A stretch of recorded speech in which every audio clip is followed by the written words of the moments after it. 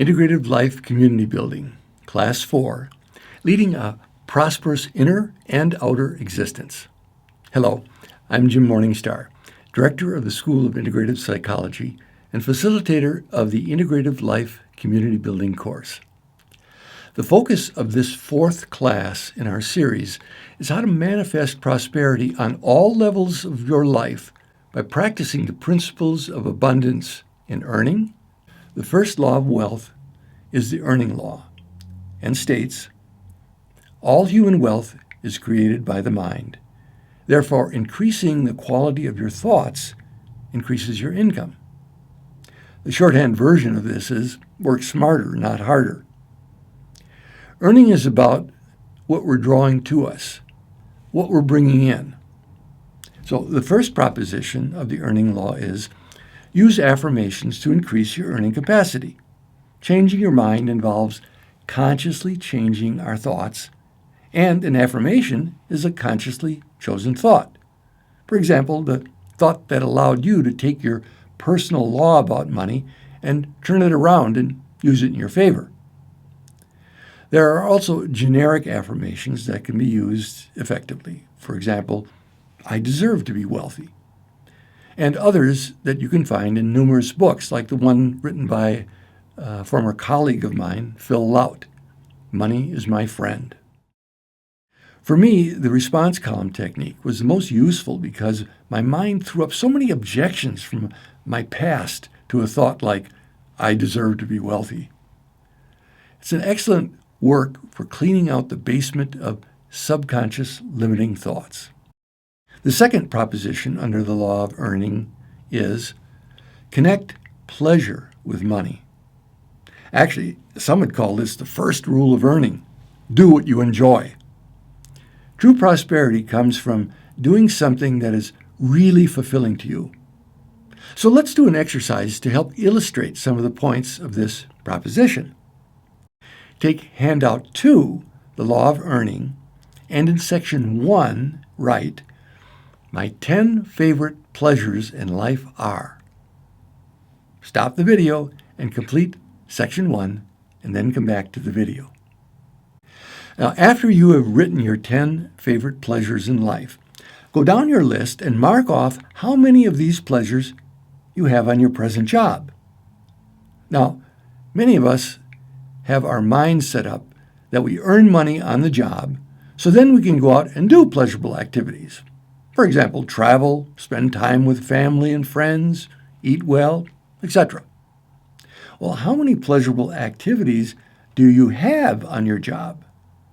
We've got to take a look at whom we're working for.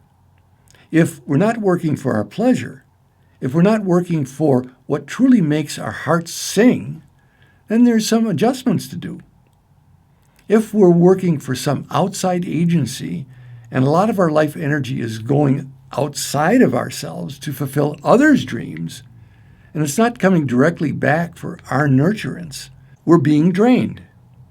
The research that most astounded me from our holistic physician, who checked into all the relevant study he could find in the world, is that the only factor he found that positively correlated with longevity, how long people lived, was not their genetics or their marital status or their diet. It was job satisfaction. And that makes sense if we're putting forth 40 plus hours a week, draining our batteries. Who wants to hang around under those conditions?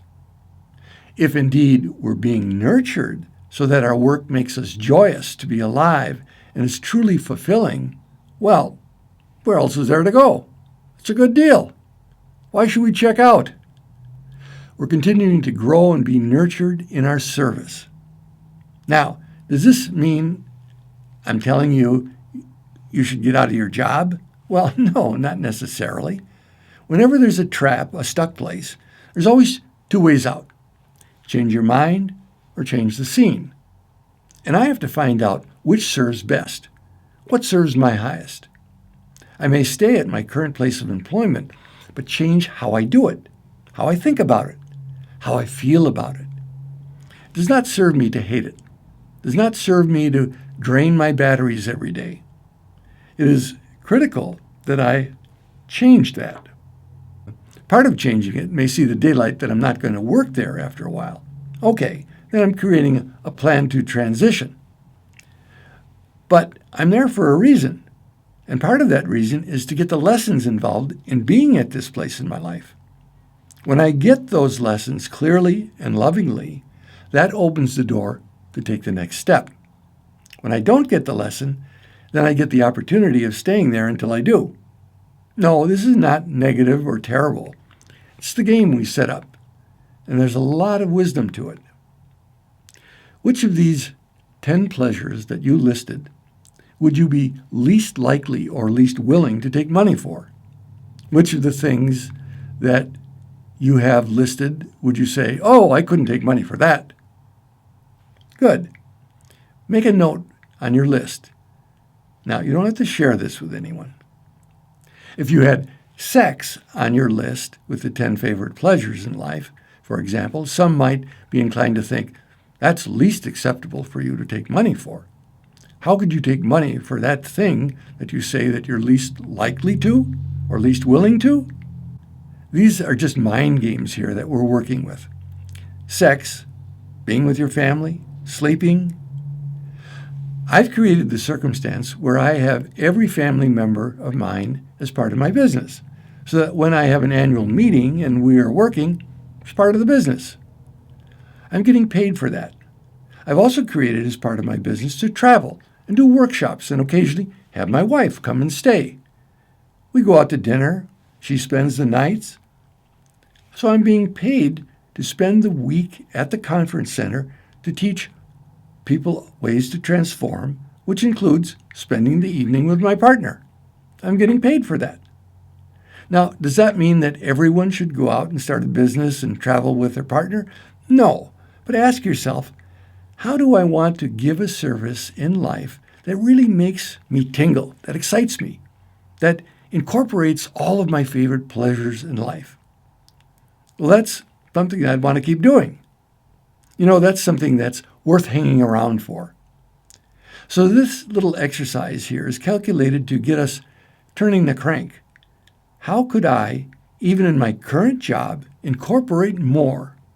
So how can you increase what you really enjoy and connect pleasure with income? Naturally, we'll gravitate towards wanting more of that. I stayed with it until I had all 10 of my pleasures as part of my job. If you've got pain connected with income, suffering connected with income, naturally you want less of that. You've got to set this up to work for you. If I'm not enjoying what I'm doing, what kind of service is that? How can we put joy into what we're doing and receive more joy back from it? That's not to say that it doesn't present challenges. Of course it does. That's part of why we set it up. It's the challenge that causes us to reach into the well and draw out some new skills or creativity, ideas we haven't thought up before. It may not be pleasurable every minute, for sure.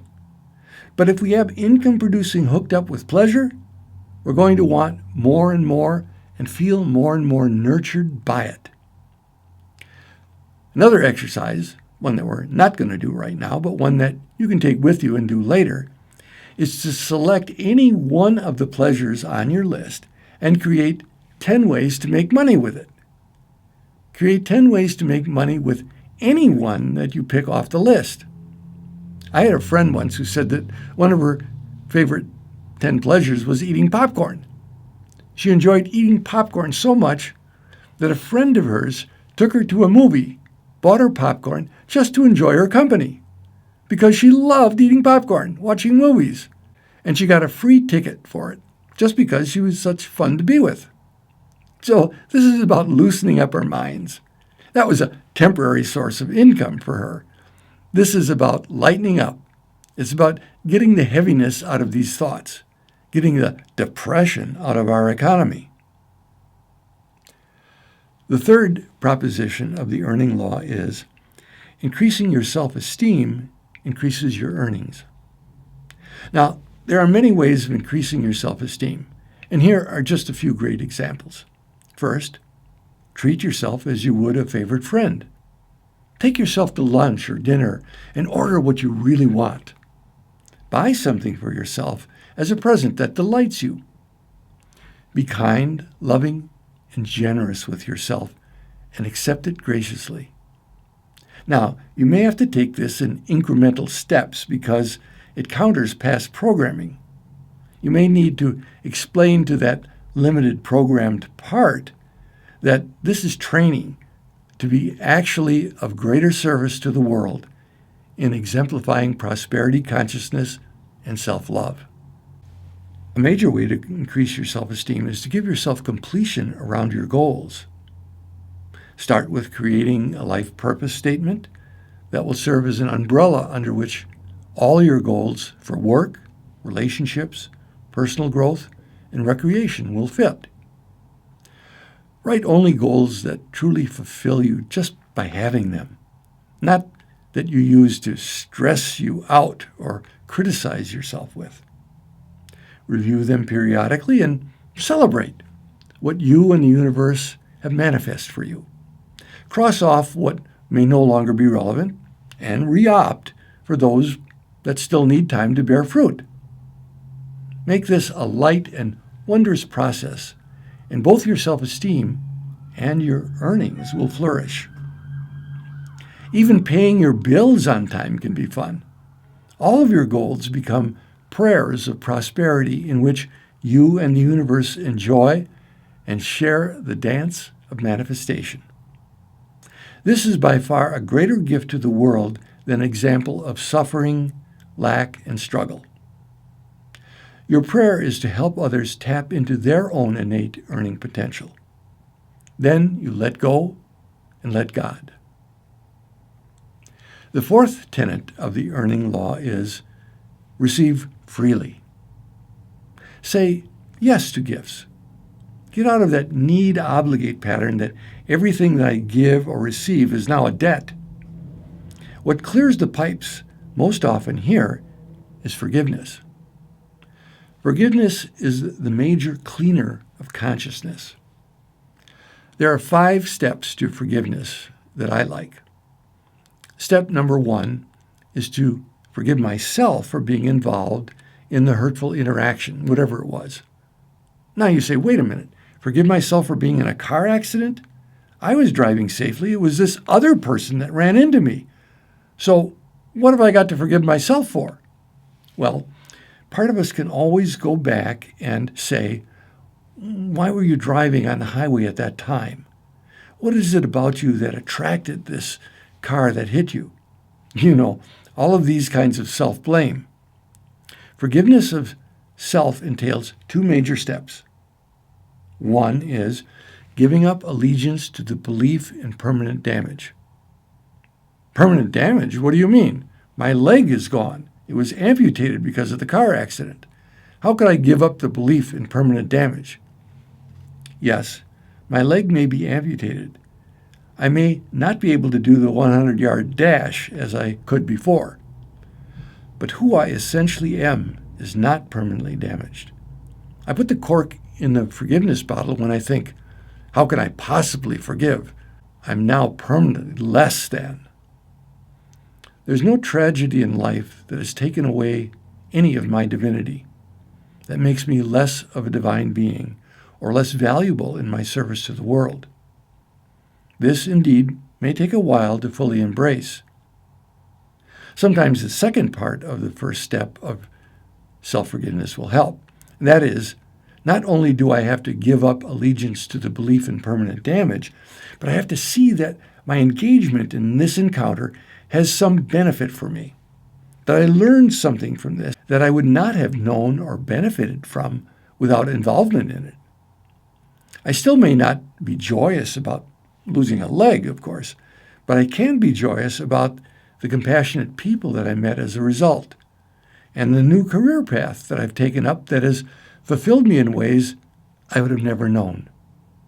Without self-forgiveness, I could just stay stuck in self-pity or resentment. The second step in the forgiveness process is that I forgive the other. Now, if I haven't forgiven myself, If I'm still on the griddle suffering for it, it's hard to be magnanimous and share this wondrous altruistic forgiveness of the other when I'm telling myself that I'm permanently damaged. As long as I'm still harboring in my heart that I am less because of this, it's going to be hard to truly forgive the other. The third step, I get that the other forgives me. Oh, wait a minute. You mean that forgiveness is not complete until old Mr. Grumpwalter down the street forgives me for throwing the baseball in his flower bed and tromping down his petunias? He's never going to forgive me for that. Well, his personality may choose to hold on until he goes to the grave. I can still see that there's more to him than his grumpy facade. I can see that there is a part of him that is engaging with me in this for a higher purpose, and that using holy vision, I can connect with that higher part of him that does forgive me. I get that the other, in essence, forgives me. The fourth step is that I give up all claim to punishment. Well, I can forgive them for getting me fired from the job, and I can see I really did want to leave anyhow, and it doesn't serve me. But, they're really going to get theirs someday. What goes around comes around, and I'm not going to be sad when I see them out on the street standing in the unemployment line. So I supposedly have forgiven them, but I'm still holding on to revenge. No good. Does not work. Comes back and will bite you in the fanny. Not only do I have to give up the claim to punishment of the other, I also have to give up the claim to myself getting punishment. Oh, how stupid I was for even getting into business with that crook. Holy smokes, this is going to take me years to climb out of debt for this. No, beating myself up is no nobler than beating the other person up. So true forgiveness involves giving up the claim for punishment of myself as well as the other. And then finally, step number 5 is restoring harmony to the relationship. Oh, does that mean I have to invite them to Sunday dinner again? No, not necessarily. But as long as I go around still out of sync with and causing separation with that other, I've kept the game going. I've kept the cork in my bottle. Now, this process was brought home to me very poignantly when I was younger and made an unwise investment, trusting someone else would make a lot of money for me on a worthwhile investment that ended up losing not only my money, but also money I borrowed from a family member and others. I was in the process of trying to pay back what I had borrowed when I went through an internal forgiveness process of myself, the person to whom I lent the money, and the person from whom I borrowed some of the money I lent. First, I got the lesson that I needed to invest in myself rather than hope someone else was going to do it for me. As a result, I reinvested in my creative energies in my own business, which continues to support me and fulfill me to this day. Secondly, the family member from whom I borrowed the money spontaneously forgave the debt, saying it would have come later as an inheritance anyway, and I did not need to stress about it now. Not only did this bring us closer, but I concluded that unwise investment was the best $30,000 I ever spent instead of lost. In terms of the lifelong payback I open to receive thanks to forgiveness. The fifth proposition in the earning law is increase the quality of your service. The ultimate form of service in life is your presence. And if you like being with yourself, you're rich. Also, because the ultimate form of service in life is your presence, and if being with yourself is pleasurable, then all of your activities, your work is pleasurable and profitable. So the major prosperity aid here is liking yourself, liking being with you. Then whether you're cleaning a toilet or whether you're teaching a seminar or whether you're driving a forklift, it's pleasurable and profitable. One of the most powerful prosperity exercises that I know is to wake up in the morning and write 3 to 5 ways to increase the quality of your service today. For me, for example, that could be anything from, changing my delivery, improving the content of what I'm giving to the people in my work, or taking a bath before I go to work. That will improve the quality of my service because I'll feel more relaxed. Now, the idea is not that I have to then go and do these 3 to 5 ways. What I'm doing is lubricating my brain, and I'm magnetizing myself towards the thought of increasing the quality of my service. I may well forget that I wrote those 3 to 5 things. I don't have to carry them with me and check them off. All I have to do is each day to start thinking that way. And it's going to put my mind on that track of thinking and believing in my ability to increase the quality of my service and thereby give more value to people who are willing to pay me for it, be that customers I have or an organization for which I work. I think of that before every seminar I teach. What's going to put juice into it? And what's going to help me enjoy this more? If I'm not enjoying it, if I'm not increasing prosperity for everyone from doing this, then what's the point? Take handout 2, and in section 2, write 3 to 5 ways to increase the quality of my service today are. Stop the video, complete this, and come back to the video. I highly encourage you to put a journal somewhere where you will see it first thing in the morning and do this exercise for at least 1 week. Watch what starts happening to your thoughts. Do it for a month and watch what starts happening to your sense of prosperity, even if you did not immediately bring in more money. Within 3 months, it would be very difficult for your cash flow not to be significantly increased, as well as your inner sense of prosperity. By the way, I have done all these exercises, and they work. They'll not work for you unless you have the courage and willingness to do them in good faith. Another exercise in this regard is coming up with 10 to 20 ideas of how to increase your cash flow by X number of dollars this week. Put the number your mind will not completely reject, but will be stretched by it. Characteristically, you may find it hard to come up with one idea. But once you get started, once you prime the pump, it becomes fun and easy and really opens the doors of possibilities for you. Take handout 2, and in section 3, write 10 to 20 ways to increase my cash flow by, you write in the number, of dollars this week are. So stop the video and complete this and come back to the video. Step number 6 in the earning law is selling. All interchange comes through selling to increase your earning. Now you might say, I don't sell anything. I'm an accountant for a company. Well, you had to sell that personnel person who hired you that you could add a column of numbers correctly. That was your customer. You still have to sell and have to continue to sell that your service is worthwhile at that company. Actually, you hired that company to do many of the jobs in the world you prefer not doing.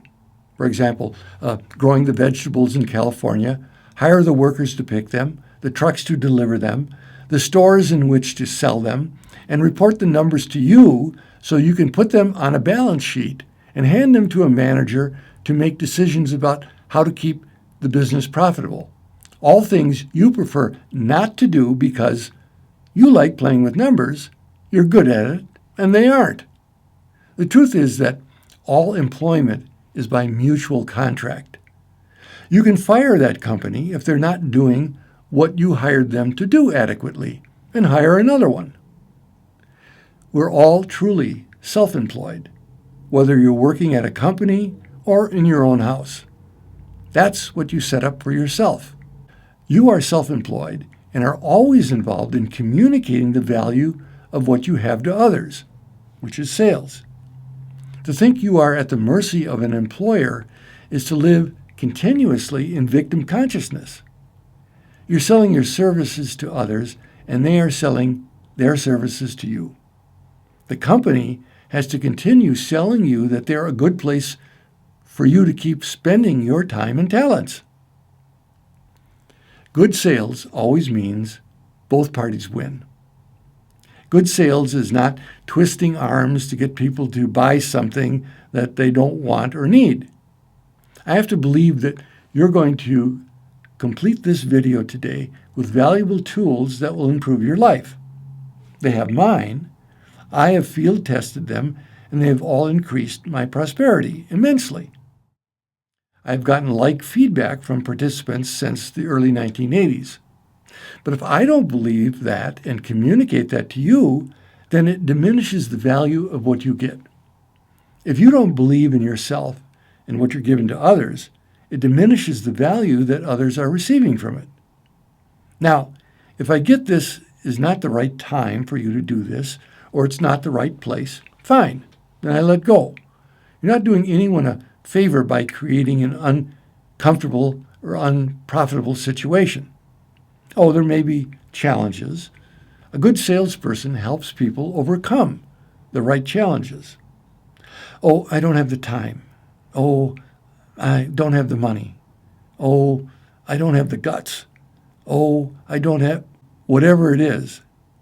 If you're doing your sales well, you will assist your customer in facing their self-constructed barriers with good ideas on going through them. I've had innumerable clients thank me for assisting them to find ways of getting value for my products by eliminating self-imposed barriers. I've also helped innumerable potential clients decide if their timing was not right to use my products and to find better suited products for them. That's good business. An exercise that some people have done to overcome fears of selling in the seminar community that I started out with is that they would pick 5 objects that they really like in life that they can get wholesale and have easy access to them. They then make 1 sale a day. You could just pick one of those 5, say a book you like or a house cleaning product. If you really believe that these things are valuable and can help improve others' lives, you don't have to twist anyone's arm. You just tell them, oh, here's what it is, here's how it works, and I have extras to sell. People will buy it or not, without you being attached to everyone wanting it. Now, this can get you in the habit of selling things and accepting money. You've got to get yourself in the habit of sharing things with people that improves their life and you receive money for it. Just make 1 sale a day. Once you do that, you prime the pump, and then making a $10 sale or making a $1,000 sale or making a $10,000 sale becomes kind of the same thing, just has more zeros. So you start to develop an attitude of fun in improving one another's lives. You love when people sell you things that really improve your life. You become a discriminating buyer and a discriminating seller. I've had to do a lot of work with this because in my household growing up, when a salesman came up the door, it was like the devil was coming up the sidewalk. Keep them away, because it was not okay for my family to say no to anything. If someone asks you, you're supposed to do it. So I had to do a lot of work at seeing that every contact that I make for sales is valuable. A good salesperson learns more from someone not buying something than someone that buys it, because they'll learn how the product could be improved, or maybe it's the wrong market. They'll always learn something from every time, and they'll plant a seed. The seed is of goodwill. Sales in business is for the purpose of creating mutually profitable human interactions. So we can have a civil, loving interaction even if you don't buy this or didn't want that. We both have profited from our contact. I've learned something from it, and you have learned something from it. Sometimes this is how to say no, or I see the value in what you have, and know that it's not right for me now. Learning how to say no while keeping your heart open, big lesson. Being true to yourself is the gift to both parties. If you're true to yourself, then you're true to the other person. I've been in countries where the interaction of selling was more important than the product. There was always a discussion over the value and need of each product. You'd never say, "How much is that?" You'd be saying, "How are you? How's the family?" Then you'd negotiate over the price or exchange you were making till there was a mutual accord. If you just said, "How much is that?" and they said X amount, and then you handed them the money and walked away with the product, they'd be insulted. You missed the point of interacting personally with them. Of course, in our culture, we can fall into seeing those kinds of interactions, or just being polite to a cashier is wasting our time. This greatly diminishes our true sense of human prosperity, wastes our resources of kindness, and impoverishes the feeling of being alive. The last method for increasing your prosperity under the law of earning is the age-old dictum, count your blessings. By acknowledging what you have, you reinforce your ability to both manifest and even more to enjoy what you've manifested. This is the heart of true prosperity. In the spirit of this, take handout 2 and in section 4, write, 5 things I'm grateful for in my life right now are. Stop the video and complete this, and then come back to the video. This is the key to experiencing abundance every day. I journal every evening gratitude for what I manifest that day before I go to bed. This not only feels good, but it sets up your mind to continue manifesting what serves your highest. Holding you in my heart, as fellow travelers on the road home, I send and receive blessings for our circle and all sentient beings till next class. Blessings in light and love.